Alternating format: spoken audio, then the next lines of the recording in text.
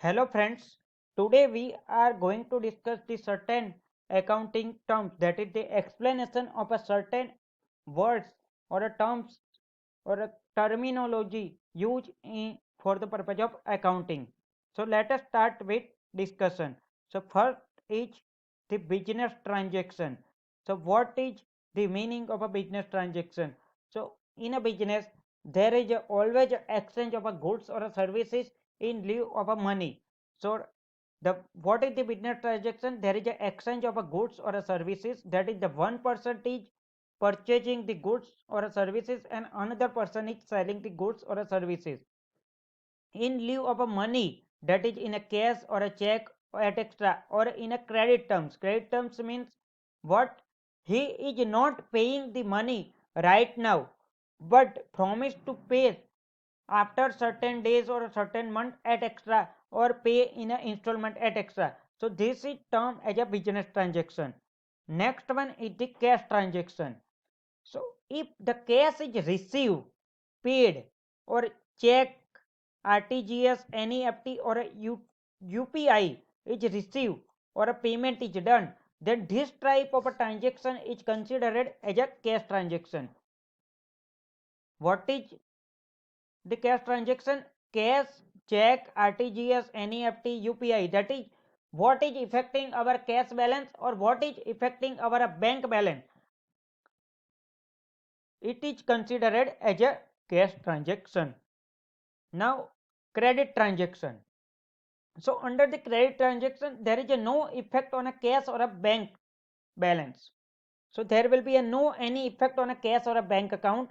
Transaction is done on the promise or a business term that monetary value, that is the money, will be settled on a future date via payment or a receipt.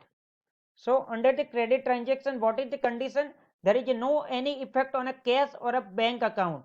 However, the transaction, that is the exchange of a goods or services, is done on the promise that a payment for such goods or a services will be settled on a future date. So this is termed as a credit transaction. Now one more term is capital. So what is the meaning of a capital? So for the purpose of doing the business, the owner of the business will give money into the business or bring asset into the business. So whatever the money or asset brought by the owner in the business is termed as a capital. Same for example, rupees 50,000 brought in by Mr. X in a business. So this rupees 50,000 brought in by Mr. X in a cash will be termed as a capital of a Mr. X for the purpose of accounting. The person furniture brought in the business by Mr. X. So here the money is not brought but furniture is brought in the business. So this is termed as an asset of the business. So this asset is brought by the owner of the business into the business. So it is also termed as a capital for the purpose of accounting. Next one is the drawing. So what is the meaning of a drawing?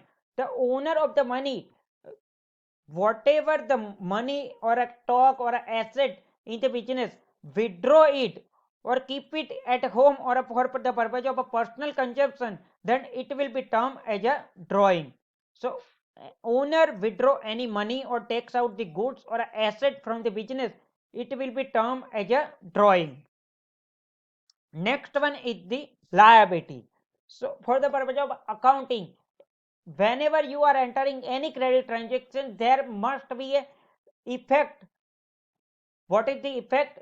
Liability is created or a asset is created. Either liability is created or asset is created. So what is the meaning of the liability? So amount payable by business for the purpose of a purchase of a goods, expense incurred, asset purchase, or a money borrowed at extra are treated as a liability. So what is the meaning of a liability? Liability is nothing but an amount payable by business for the purpose of a business transaction. Amount payable by a business for the purpose of a business transaction. So there may be an internal liability as well as the external liability. What is the meaning of an external liability? So amount payable to the third party other than the owner will be termed as an external liability. amount payable to the third party will be considered as an external liability. Same for example, if you have purchased the goods from Mr. X on a credit term, then here you have to pay to Mr. X. So it is considered as an external liability because Mr. X is not your owner of the business.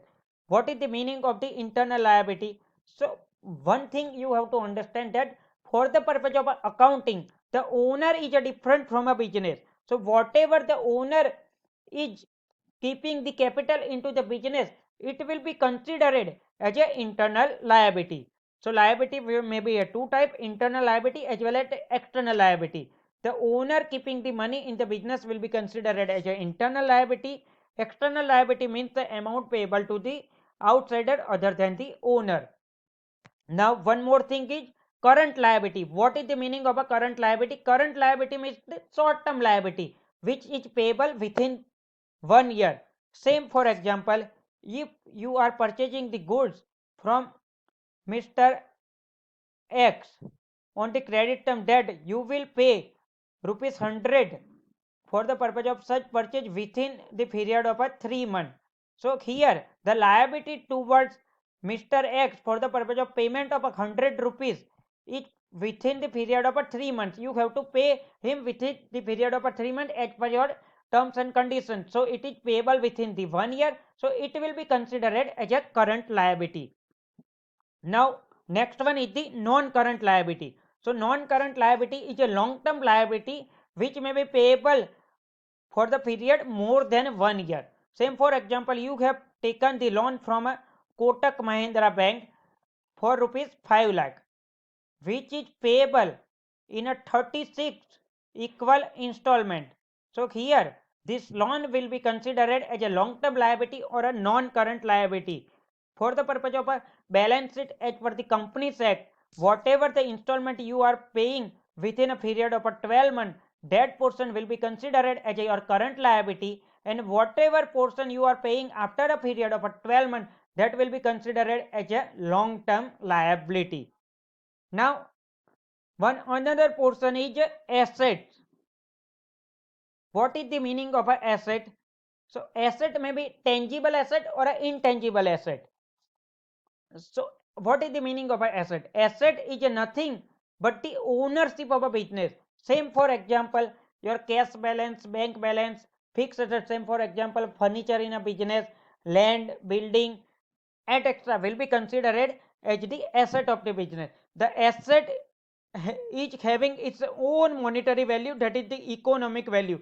If you are selling in the market, then you will get something in a monetary terms for the purpose of sale of such asset.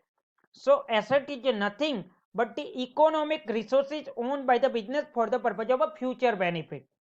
Asset is nothing but economic resources owned by the business for the purpose of a future benefit.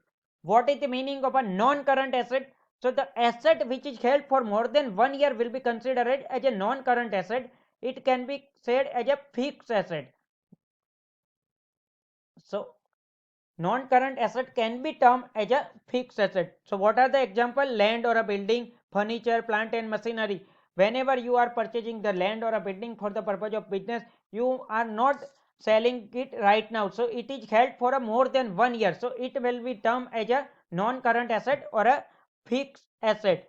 What is the meaning of a tangible asset? Tangible asset means which is having its physical existence. Same for example, land, building, it is having your physical existence. You can touch him or feel it. So tangible asset means the asset having its physical existence. Example, land, building, furniture, plant and machinery, etc. What is the meaning of a intangible asset? The intangible asset means the asset not having any physical existence.